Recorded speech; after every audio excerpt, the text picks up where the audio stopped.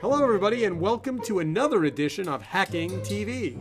This week, we're going to talk about the money and how the big boys are going to try and make some selling ads that people pay for.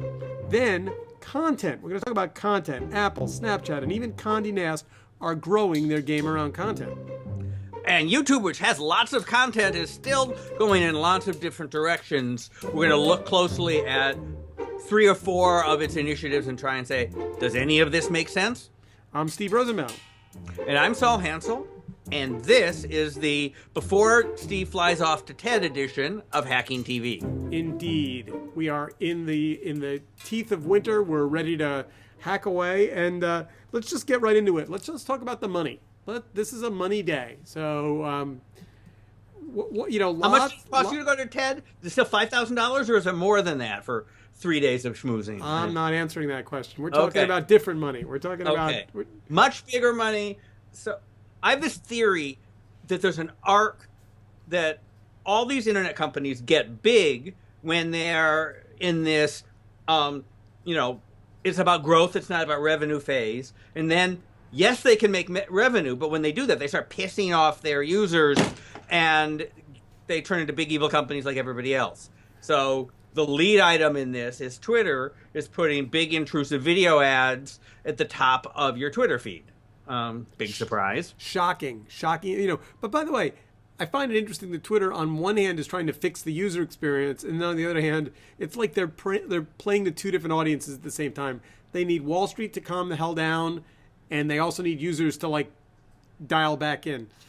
That's a tricky trick.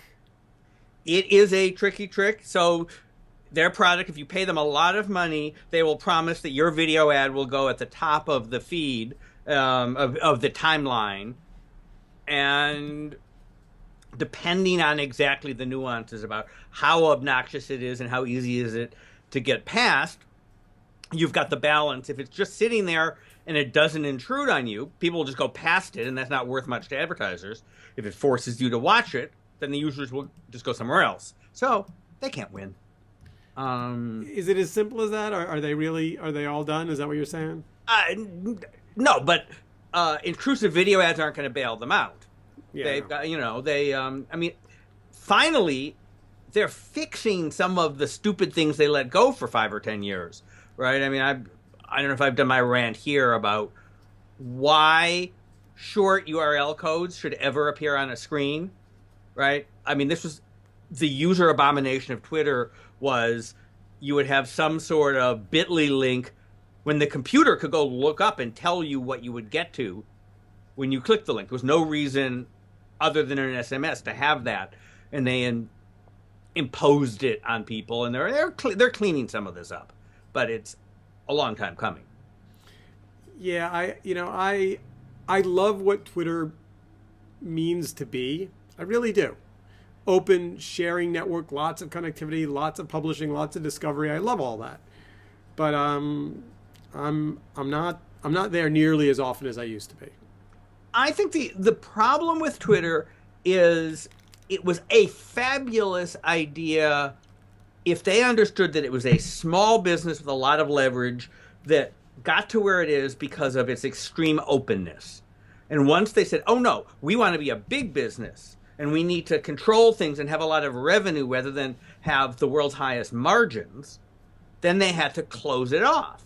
And they reduced the value they're providing to the world from the network effect by clamping down on clients, clamping down on the innovation that they were in the middle of. And if their owners had been less greedy, they would have made a lot more money. Which brings us to Facebook. Now, Facebook is focusing on kind of the dual track of user experience and advertisers at the same time. But boy, the video numbers are staggering. 100 million hours of video on Facebook every day.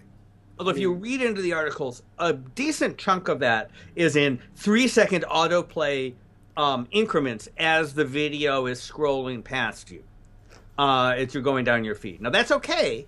And the news story of the week is, I think, part of the smartness of Facebook trying to get that balance of the user experience, which they're saying the sweet spot for us is silent video. Video that does something with motion and animation and on-screen words while you're scrolling by. So it's like an animated GIF. So in some ways, it's the opposite, right? Of Google's, you can watch the ad for 4 seconds and then skip it. Like Facebook saying, "Hey, advertisers, why don't you make ads that are so compelling silent that people actually say, no, I want to know more," Yep. as opposed to Google saying, "Hey, why don't we let people just skip ads they don't like," which is really kind of all of them, right? I mean, most of them.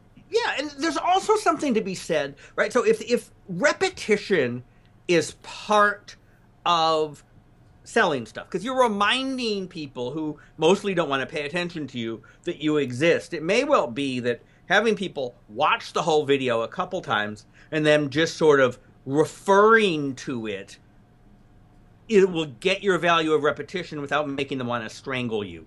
The way, when you're watching streaming video on Hulu, where they have the same commercial 6 times, and you want to strangle everybody involved in the whole thing because you don't want to see the same Verizon ad that many times.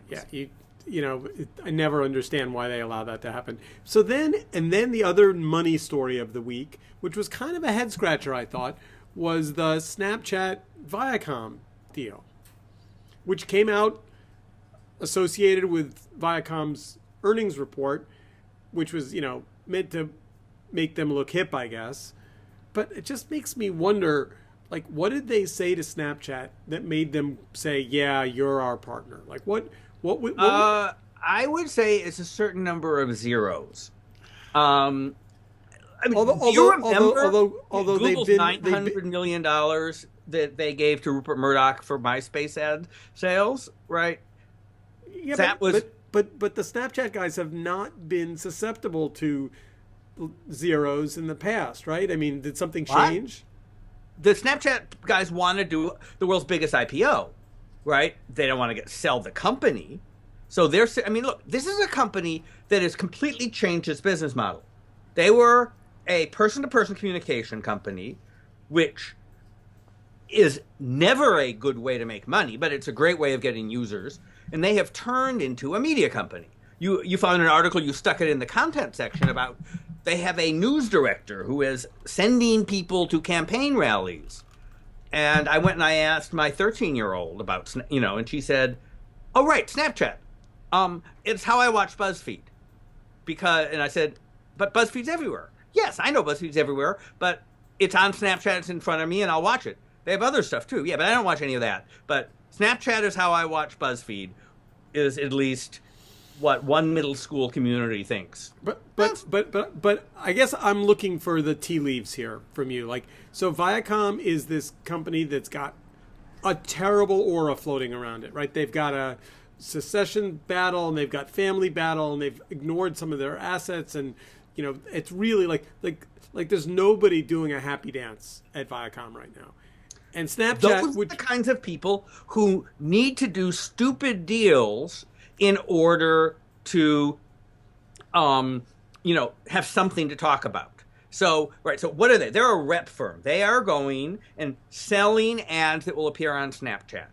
And Viacom still does sell ads, including to sort of youth-oriented people such as MTV. So it's not actually a bad sales force to go out there and say and sell. But the point is, right, that service has a commission, right? And there's a guarantee. So if they need to look cool, they will take a lower commission and give a bigger guarantee than everybody else. And they don't screw up Snapchat because it's not like they're doing stuff together. It's like either they will mail video files or mail checks with unsold video. Snapchat wins, and all they need is a revenue graph that they can put on their IPO presentation. That's all they care about. So I was trying to taunt you into saying storm clouds around Snapchat, but you're not going there. So I'm going to assume this is it storm clouds? No. It's money clouds. They want to do an IPO. Now, Twitter wanted to do an IPO. I just said 5 minutes ago that the stuff Twitter did in order to justify their IPO killed the company.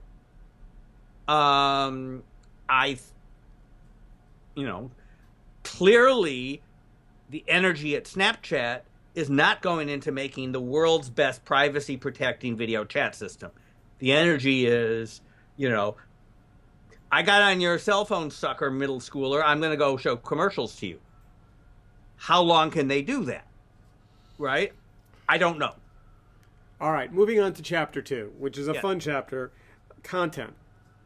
Well, this is the chapter with the orgy, right? Well, it's a simulated, but an extended simulated orgy with extra simulating sex in a mansion in L.A. Hollywood Hills. Okay? Now, which company is behind this? Family-friendly Apple, right? As apparently their first move into original content is for mature audiences only. Does that make any sense to you? Dr. Dre is cool. Like Dr. Dre. Okay. So they've hired Dr. Dre to do a reality, fictionalized, dark version of his life. I guess the question for me about Apple is, I know I know who the players are at Netflix and HBO and Amazon that are commissioning content. Has Apple got a brain trust of story-centric storyteller content people, or are they just like who do you pitch? If Well, do you just go by one infinite loop, right? and What hope did they somebody buy throw your last script out year the in window the and hope content somebody business? picks it up? What? They bought Beats, which is run by Jimmy Iovino, the record impresario. So That's the music piece. I get that. right. So Apple has long produced a lovely concert series out of London. They are producing live, their Beats Radio, which has not taken the world by storm, but it's original content, and they have fee income for their music subscription service. So if you said, maybe we want to be Netflix, but maybe we don't, and in any case, the last thing the world needs is to have us going to Sundance and outbidding Netflix and Amazon for the same shows. Well, let's double down on our strength and start to produce music-related stuff. That makes sense. They can dabble in it. They can go with their strength. They can use the industry relations that they have, and they don't have to, see what Kevin Spacey's price is this week. Yeah, so I disagree with you here. I think that the history of the world would be different today in our world, in our hacking TV world, if Netflix House of Cards first season had not been terrific. And one of the things as a filmmaker and writer and storyteller I tell people all the time is, the thing about bad films is you don't hear much about them, but when films go wrong, they go wrong for reasons that are just, the director doesn't like the actor, or the actor sleeps with the director's wife, or someone's got a drinking problem on the set, or there's, like things that are not in the script. They weren't, when you sat down and you put together the right talent and everybody said yes and they all high-fived and signed the contracts, there was nobody going, hey, we're going to make a crappy film. Right. And so when it's good, like House of Cards was, some of that is great thinking on Netflix part, and some of that is just blind good luck. Some of that is everybody played well together, everybody was sober relatively.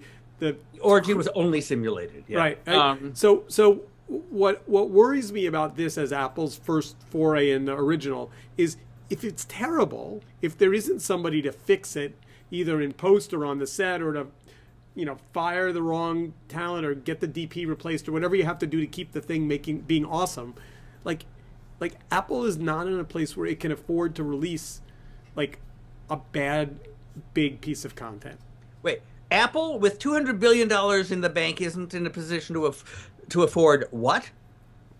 So they've been turned down by a whole bunch of streaming partners, or turned down. They've been asked for money for checks that were outsized, and so they said no. We know video is eating the web as we speak, and Apple TV increasingly looks like the one service that doesn't have anything that makes it unique. And it's got kooky navigation.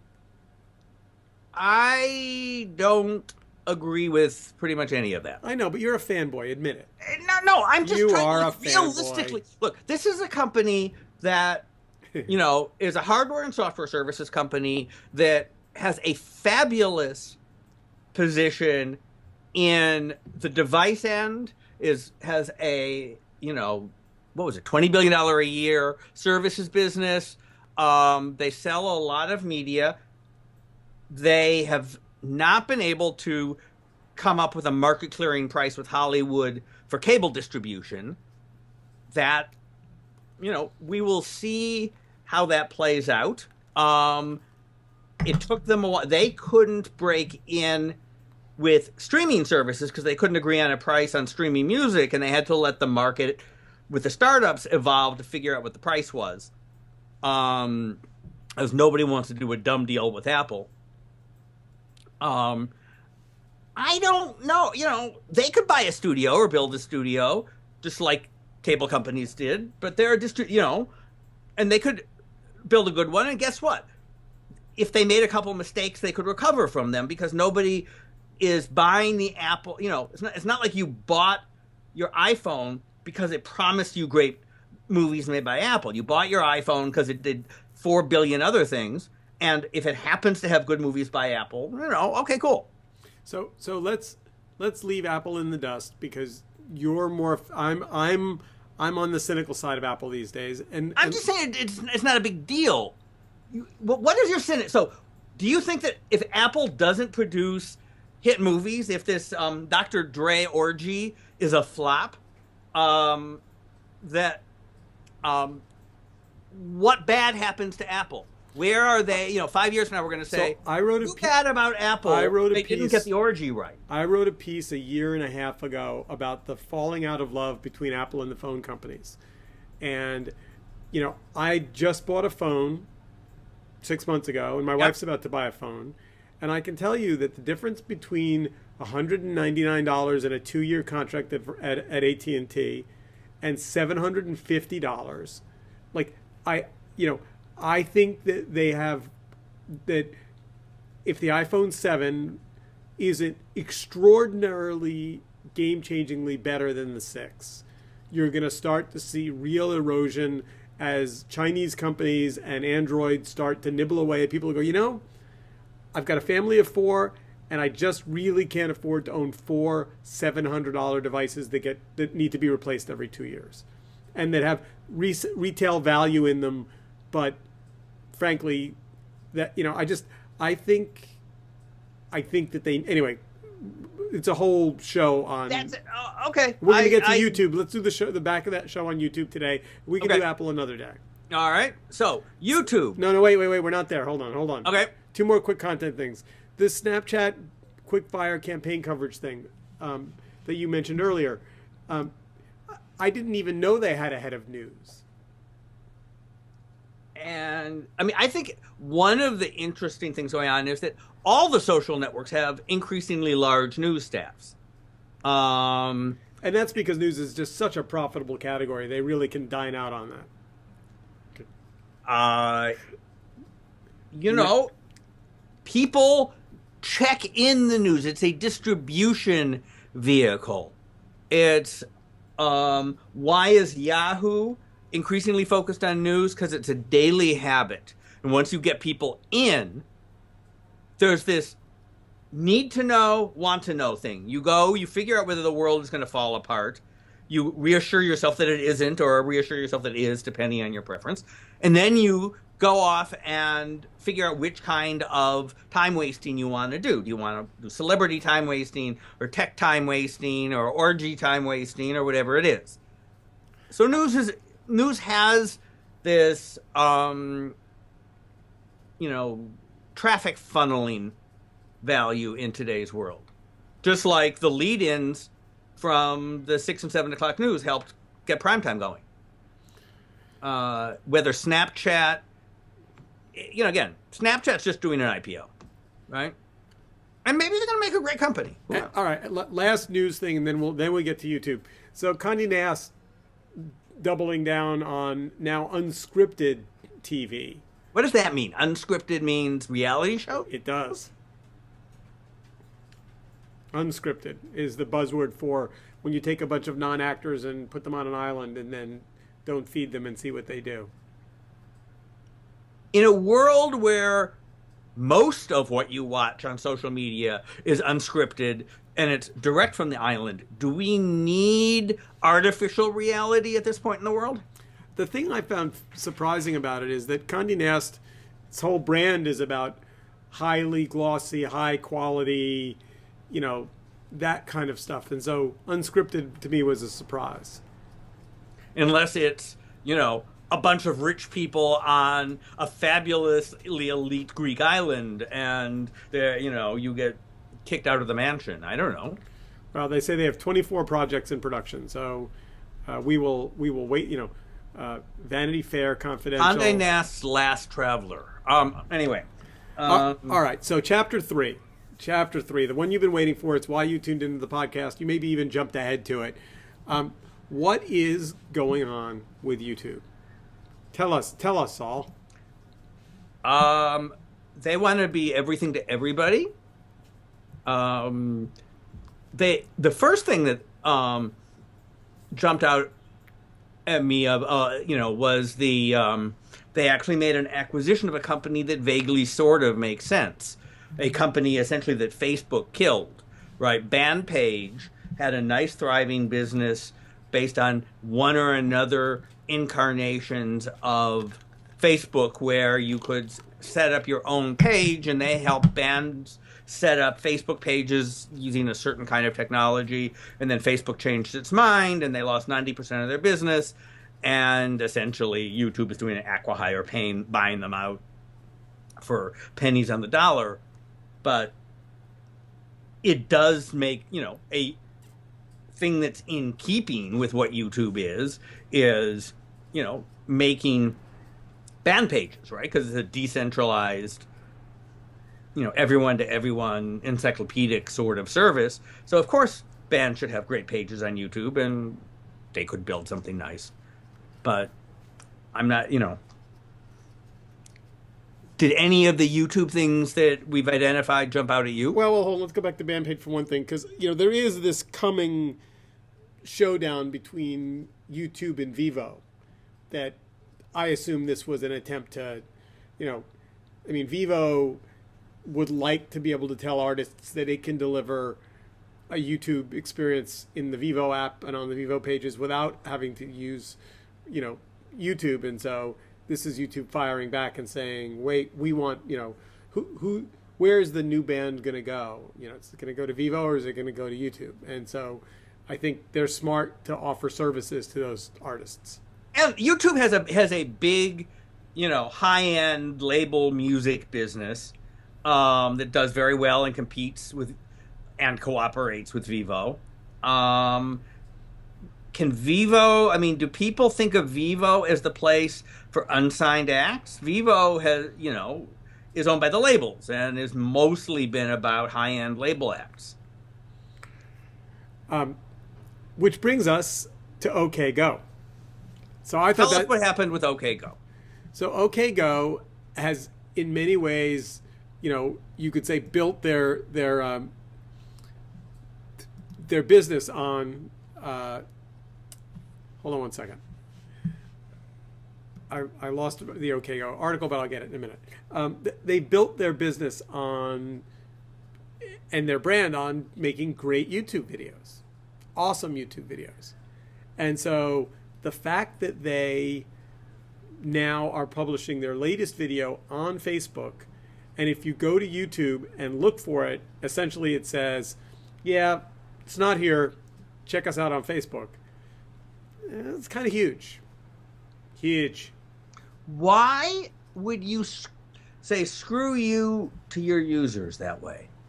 I don't get in that world why that is a rational thing for a band to do.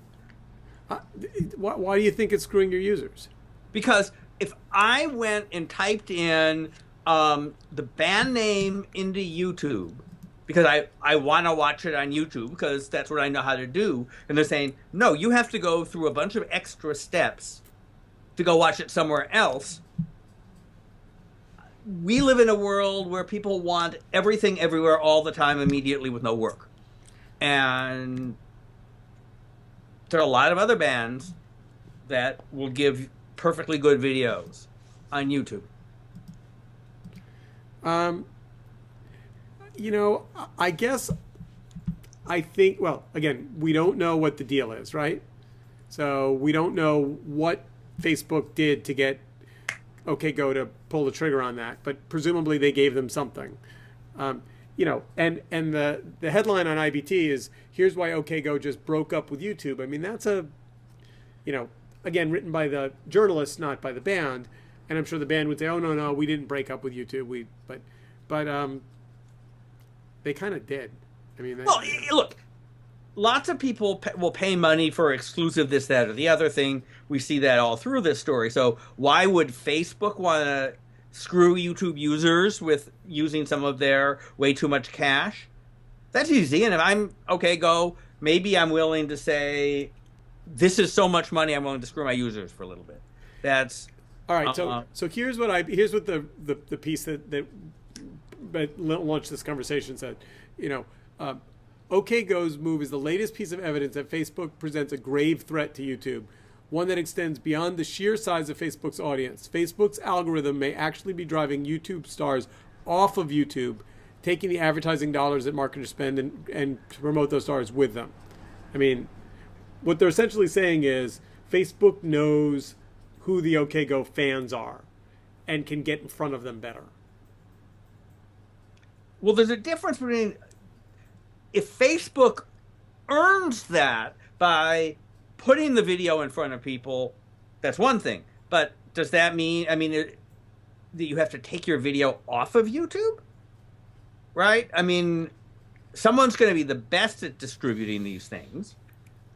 But that doesn't mean, I sort of feel like if I'm going to go watch a half an hour series, right, or an hour long series or a movie, that's worth it for me to go figure out, is it on Netflix or Hulu or CBS.com or whatever it is, because I'm going to go watch it for a while and I'll go figure out where it is. If I'm going to watch a 2-minute video, I want it to be wherever the hell I am, because it's not worth, I want to, I'm in a music video mood and I want to put on a playlist and just watch a bunch of videos. So it doesn't make any sense to me from a user point of view. It makes lots of sense from a, megalomaniac network power control point of view. So the last headline is this VentureBeat headline about YouTube Red's first originals, and again, it's rare to see negative headlines as kind of pointedly negative as these all have been about YouTube this week. And the headline reads, "I tried binge watching YouTube Red's first 3 original movies and failed." And although here's a key line. If I were 13-year-olds, I might have had a blast, but my current 23-year-old self was not amused. Simply put, I'm too old to enjoy a trip to Unicorn Island. So that's a little bit of a, so the meaning of that article is YouTube's first original content is for people younger than the very young reporters at VentureBeat. So what? There's a lot of people. But it costs money, right? YouTube Red costs money. People buy video services for their kids. Right. So the 13-year-old has to go to his mom and say, I want to watch YouTube Red. And by the way, Red, stoplight, red light district, it's not a color I would buy for my 13-year-old, You are right about that. I love being right occasionally on this show. Thank you very much. Yeah. So I just think, I think this is part of the theme of the show. Content is hard, right? It's not easy. You don't just put up some lights and some cameras and get a script and hire some talent and make stuff that's good. And what I think a lot of these companies are finding, and I think what YouTube is finding with Red, is, there's no way they can afford to be alienating their 23-year-olds. They do not want to be killing it in the 13-year-old demographic. If they have any sense, that's the problem with making a service that's so damn broad, right? If they had really focused on a music-based service, which is what they were talking about for a while, then they would, it would have made sense. Who is this for? What are you going to get?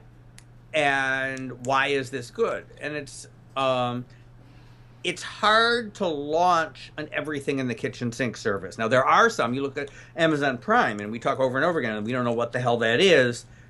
But what we do know is when it started, it was pay $79 a year and get free 2-day shipping. And that's all it was. And then they started throwing a bunch of stuff else into it, and they started to make you understand that there's a bundle there. But they didn't launch it the way YouTube Red was launched, with here's a bunch of stuff you're not sure who it's for and why you'd want it. So we're out of time. I'm going to tell you now that I have one mission for next week at TED. Which is? To bring you back live, kicking, throbbing evidence that AR is going to be the next big thing. And to put your "it's this 3D all over again" line of thinking to rest. I am big game. I will put on my cardboard or my whatever, and I'm going to watch whatever that you come up with. I saw in the paper today a perfectly good VR thing. It's in the real estate section about VR for virtual, open houses for real estate. That makes sense for everybody. You want to put on your 3D glasses, and you want to spend the money on production to go look at what the house looks like. I'm aiming much higher than that. Okay. Have an excellent week. Hack away, and see you next week. Enjoy your, untold, undisclosed thousands of dollars, intellectual info porn, and tell us all about the, simulated orgies with, epidemiologists when you get back. It's great that I edit this show. Yes. See you next week. All right. Bye-bye.